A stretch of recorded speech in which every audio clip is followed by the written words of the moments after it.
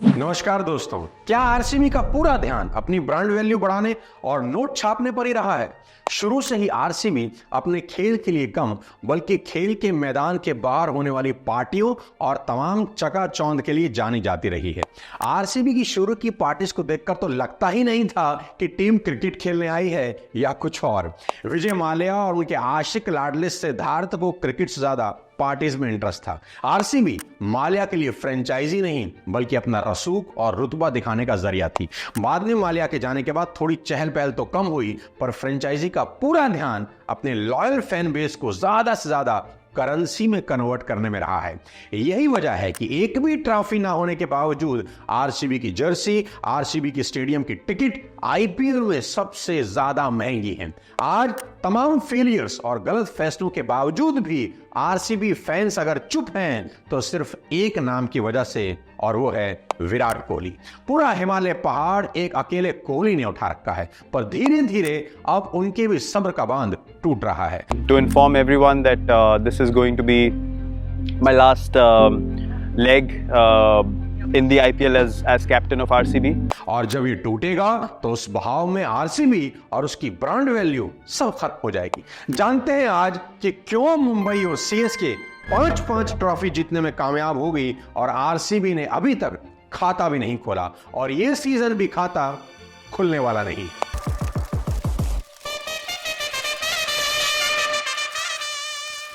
दोस्तों, आईपीएल जब 2008 में शुरू हुआ तो मुंबई पहले 2 साल लीग स्टेज से ही बाहर हो गई, तीसरे साल फाइनल में हार गई और फिर 2 साल लगातार प्लेऑफ से ही बाहर हो गई। यानी पहले 5 साल मुंबई ने एक भी ट्रॉफी नहीं जीती।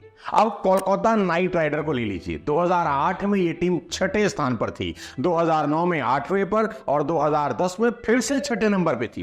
केकेआर पहले 4 साल में सिर्फ एक बार प्लेऑफ में पहुंच पाई, और इसी दौरान जब ये दोनों टीमें आईपीएल में अपनी रेपुटेशन बनाने में स्ट्रगल कर रही थी, जूझ रही थी, आरसीबी वो टीम थी जो पहले 4 साल में 2 फाइनल खेल चुकी थी।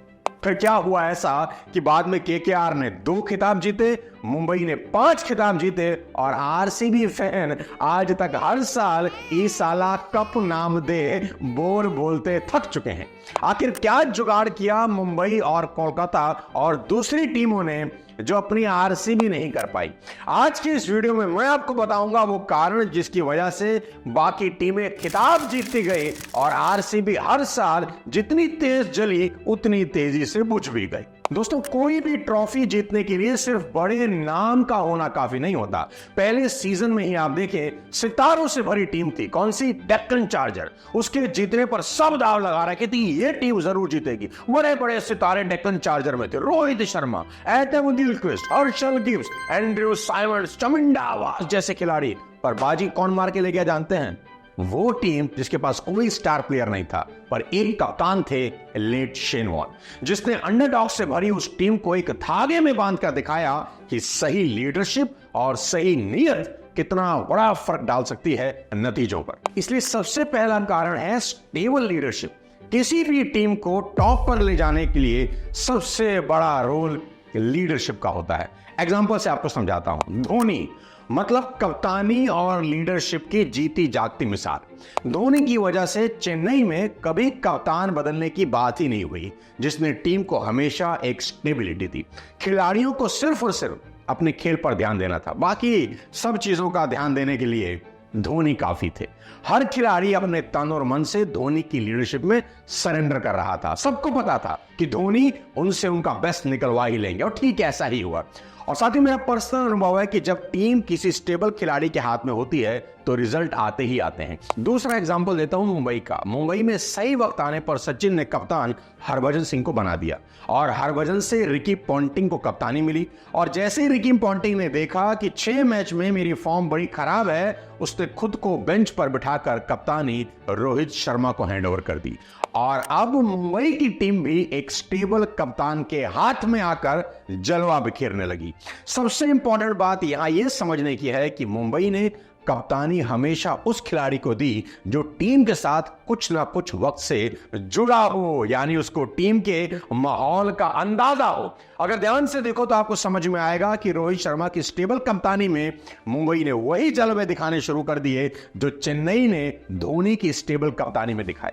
अब आरसीबी में क्या गड़बड़ हुआ वो आपको बताता हूं। आरसीबी में पहले सीजन के बाद से ही कप्तानी म्यूजिकल चेयर का गेम बन के रह गई, कभी एक बैठ रहा है साला कभी दूसरा। आरसीबी की सबसे बड़ी गलती यह थी कि उसने 2 विदेशी खिलाड़ी विक्टोरी और केविन पीटरसन को सीधा ऑक्शन से लाकर कप्तान बना दिया, जिन्हें ना तो टीम के माहौल का कोई अंदाजा था ना उनकी टीम के साथ किसी तरह की बॉन्डिंग थी। सबसे बड़ा बेड़ा गर्क यहीं से शुरू हुआ। जब रिजल्ट नहीं मिले तो आरसीबी सिर्फ कप्तान ही बदलने में लगी रही। आरसीबी ने आईपीएल में अपने पहले 20 मैच में 3 कप्तान बदले, द्रविड़ 2008, पीटरसन 2009 और कुंबले 2010। आरसीबी में लीडरशिप स्टेबिलिटी तब आई जब पॉन्टिंग की ही तरह विटोरी को भी समझ में आया कि फॉर्म खराब है भाई, खुद को बेंच पर बिठाया और कप्तानी कोहली के हवाले कर दी।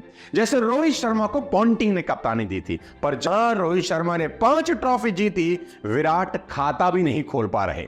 आरसीबी ने कोहली को कप्तान बनाकर स्टेबिलिटी लाने की कोशिश तो करी, लेकिन दूसरी बड़ी चीज में चूक हो गई। अब आरसीबी के नील बटा सन्नाटा होने का दूसरा कारण आपको बताता हूं। एक्सपीरियंस और यंग ब्लड का कॉकटेल। ट्रॉफी जीतने के लिए दूसरी सबसे जरूरी चीज है एक्सपीरियंस और जोश का सही कॉम्बो होना, यानी होश वाले लोग भी होने चाहिए टीम में और जोश वाले भी। सीएस के बारे में यह कहा जाता है कि जिस खिलाड़ी का करियर आईपीएल में जब खत्म दिखने लगे तब उसका करियर सीएसके के साथ शुरू हो जाता है। मतलब जिस गन्ने को 2 बार मशीन में डालकर बाकी फ्रेंचाइजी साइड रख देती है, सीएसके उसी को निचोड़कर अपना कप भर रही है।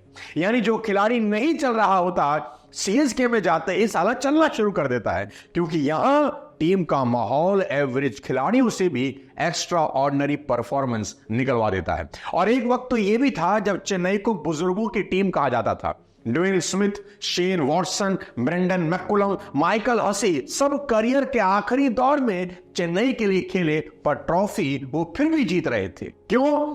धोनी का ध्यान नए खिलाड़ियों को ग्रूम करने पर था। धोनी ये बात जानते थे कि होश के साथ जोश का होना कितना जरूरी है।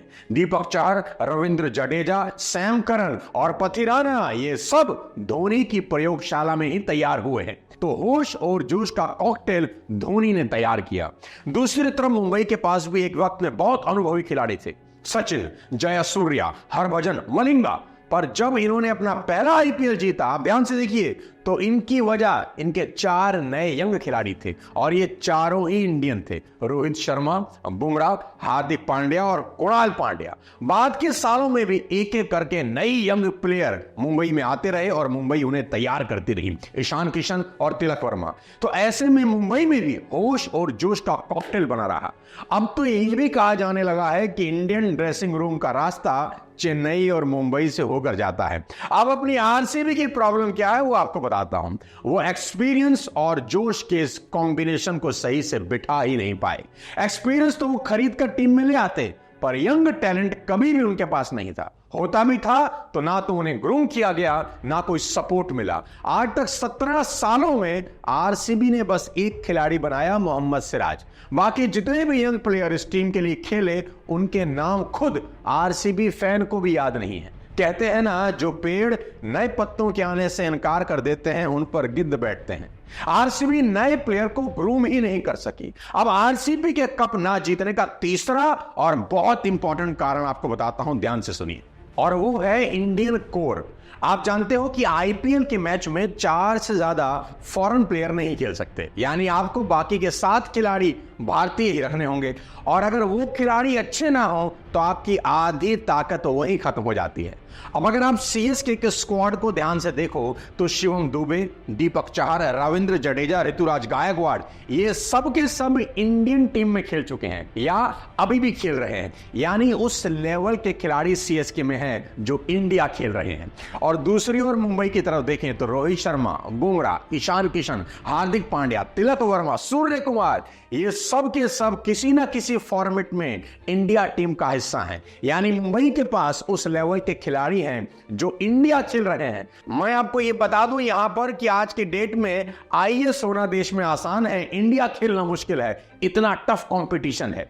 तो अगर आप आरसीबी को देखो तो आरसीबी में विराट और सिराज के बाद लिस्ट खत्म हो जाती है। यानी पूरी आरसीबी टीम में इंडियन टीम मटेरियल सिर्फ 2 लोग हैं जो इंडिया खेल रहे हैं, बाकी सभी औसत दर्जे के खिलाड़ी नजर आते हैं। तो ये टीम दिखने में बड़ी लगती है, बड़ी है नहीं। अरे भाई, इतना बड़ा टूर्नामेंट आप एवरेज खिलाड़ियों के साथ नहीं जीत सकते। आपको वो खिलाड़ी चाहिए जो इंडिया टीम में जगह बनाने का मादा रखते हैं।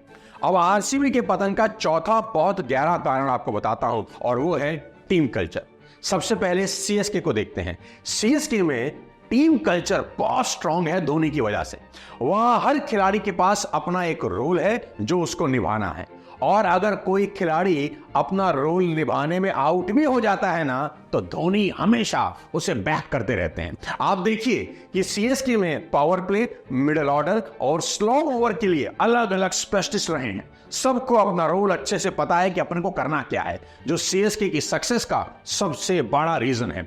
और मुंबई में भी यही टीम कल्चर है। आप देखिए, उन्होंने लगातार फेलियर के बावजूद पोलार्ड को टीम में बनाए रखा। पोलार्ड फेल हो रहे थे, लेकिन उन्होंने पोलार्ड को निकाला नहीं, क्योंकि पोलार्ड का काम हर मैच में रन बनाने का था ही नहीं। पोलार्ड का काम विस्फोटक कैमियो खेलने का था, और इसी भरोसे की वजह से कई जरूरी और बड़े मैच पोलार्ड ने अपने दम पर मुंबई को जिता दिए।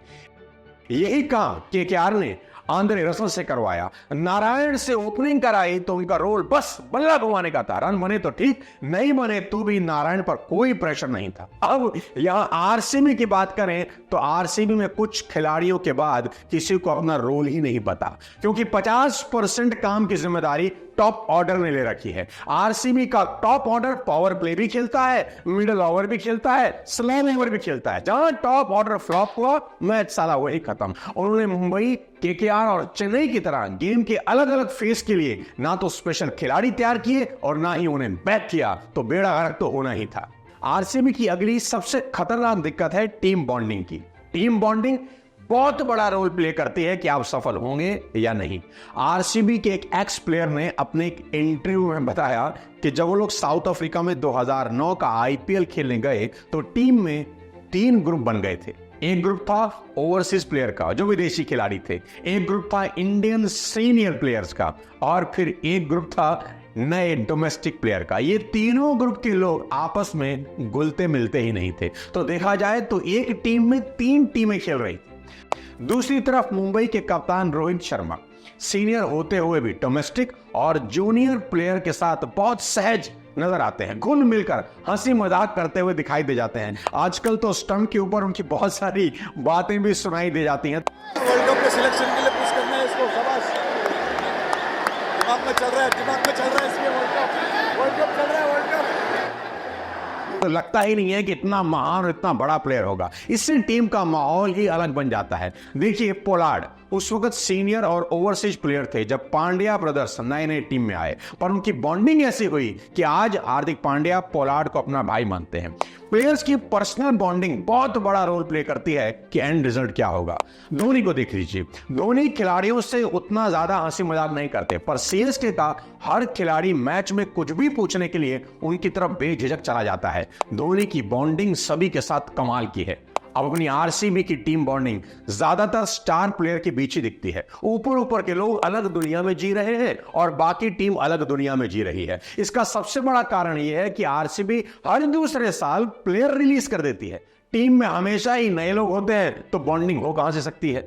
आरसीबी के फेलियर का अगला रीजन होम ग्राउंड एडवांटेज को एनकैश ना कर पाना। सदैव क्रिकेट में होम एडवांटेज का रोल बहुत इंपॉर्टेंट होता है। आप अपने होम ग्राउंड पर सामने वाली टीम से ज्यादा टाइम बिताते हैं तो आपको पिच और कंडीशन का आइडिया सबसे बेहतर होता है। उसी हिसाब से आप टीम कॉम्बिनेशन को तैयार करते हैं। मुंबई और सीएसके अपने होम ग्राउंड की कंडीशन को अपने फेवर में इस्तेमाल करने के लिए जाने जाते हैं। उनके खिलाड़ियों को पता है कि पिच कितने ओवर के बाद कैसे बिहेव करेगी, वो उसी के हिसाब से फील्ड प्लेसमेंट, शॉट सिलेक्शन भी करते हैं। आरसीबी इस डिपार्टमेंट में भी फिसड्डी नजर आती है। कुछ डेटा से आपको समझाने की कोशिश करता हूं, दूध का दूध पानी का पानी हो जाएगा। चेन्नई ने चेपक के मैदान में अब तक 64 यानी 64 मैच खेले और उसमें से 47 जीते, यानी जीत का परसेंटेज है 73%। अपने होम ग्राउंड पे सीएसके 73% मैच जीतती है।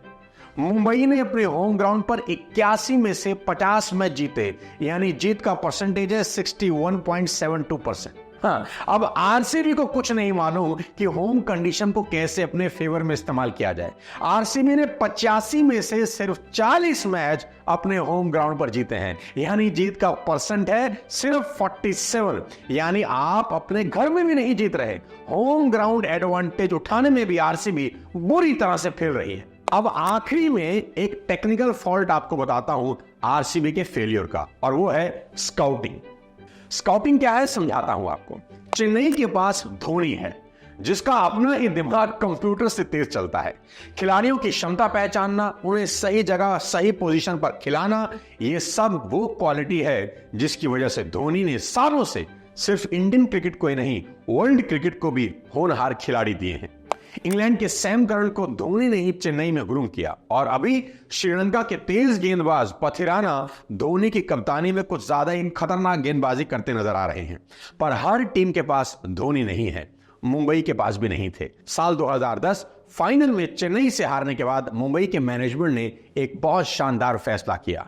फैसला यह था कि अब से मुंबई का सपोर्टिंग स्टाफ पूरे साल काम करेगा। पर आईपीएल होता है 2 महीने का, फिर ये लोग साल भर करेंगे क्या? तय हुआ कि मुंबई इंडियन एक स्काउट टीम बनाएगी, जिसकी कमान जॉन राइट और किरण मोरे के हाथ में थी। ये स्काउटिंग होता क्या है? स्काउट एक एक्सपीरियंस खिलाड़ियों की टीम होती है जो देश और दुनिया के डोमेस्टिक टूर्नामेंट में जा जाकर ऐसे खिलाड़ियों को ढूंढती है जो अभी पनप रहे हैं। फिर ये टीम उन्हें अपनी छाया में लेकर तराशती है और सही वक्त आने पर टीम में शामिल कर लेती है। 2010 में मुंबई जब फाइनल में हारी तो उसे एहसास हो गया कि उसके पास डोमेस्टिक टैलेंट की बहुत कमी है, और उन्होंने उसी को तलाश करने के लिए जॉन राइट और किरण मोरे की सरपरस्ती में एक स्काउट टीम बना दी। आईपीएल चलता रहा और मुंबई की स्काउट टीम अपना काम बहुत खामोशी के साथ करती रही। 2013 में उसका फल मिला। जॉन राइट की नजर डोमेस्टिक टूर्नामेंट में एक गेंदबाज के ऊपर पड़ी जो अजीब एक्शन से गेंदबाजी कर रहा था। जॉन राइट को कुछ तो ऐसा दिखा और उन्होंने मुंबई इंडियन से उस खिलाड़ी पर बोली लगाने को कहा। वो लड़का सिलेक्ट हुआ और आज के दौर में देश में ही नहीं, दुनिया भर के गेंदबाजों में टॉप पर पहुंच गया। उस गेंदबाज का नाम था बुमराह, जिसके आने के बाद मुंबई ने 1 नहीं, 2 नहीं, 3 नहीं, 5 खिताब जीते। आरसीबी यहां पर भी बाकी टीमों से पिछड़ जाती है। ऐसा नहीं है कि आरसीबी वाले कोशिश नहीं करते टैलेंट खोजने के लिए, वो करते हैं, पर उनकी कोशिश की एक बानगी देखिए। कुछ साल पहले आरसीबी ने एक ट्रायल रखा जहां उन्होंने नए गेंदबाजों को बुलाया ताकि वो उनमें से किसी एक उभरते हुए टैलेंट को ढूंढकर अपनी गेंदबाजी की कमजोरी ठीक कर सकें। पर तरीका क्या निकाला गेंदबाज ढूंढने का? हंसेंगे आप। हर गेंदबाज को 6 गेंदें फेंकनी थी और उसकी वीडियो रिकॉर्डिंग की गई। दूर बैठे आरसीबी के सपोर्ट स्टाफ को वो रिकॉर्डिंग भेजी गई। अब वीडियो रिकॉर्डिंग, और वो भी सिर्फ 6 गेंद देखकर आप टैलेंट का अगर फैसला करेंगे फिर तो आपकी गेंदबाजी की दुर्दशा होनी ही है।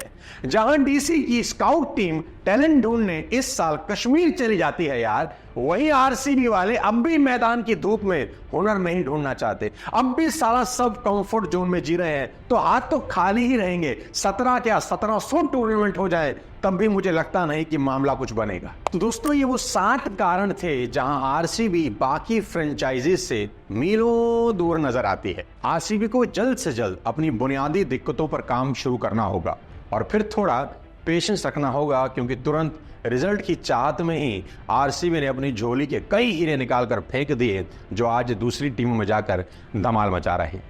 दोस्तों, अगर वीडियो आपको पसंद आया हो तो इसे हर आरसीबी फैन को जरूर शेयर कर दें, और अगर आपको लगता है कि इसके अलावा भी कोई कारण है आरसीबी की हार के तो कमेंट बॉक्स में जरूर लिखिए।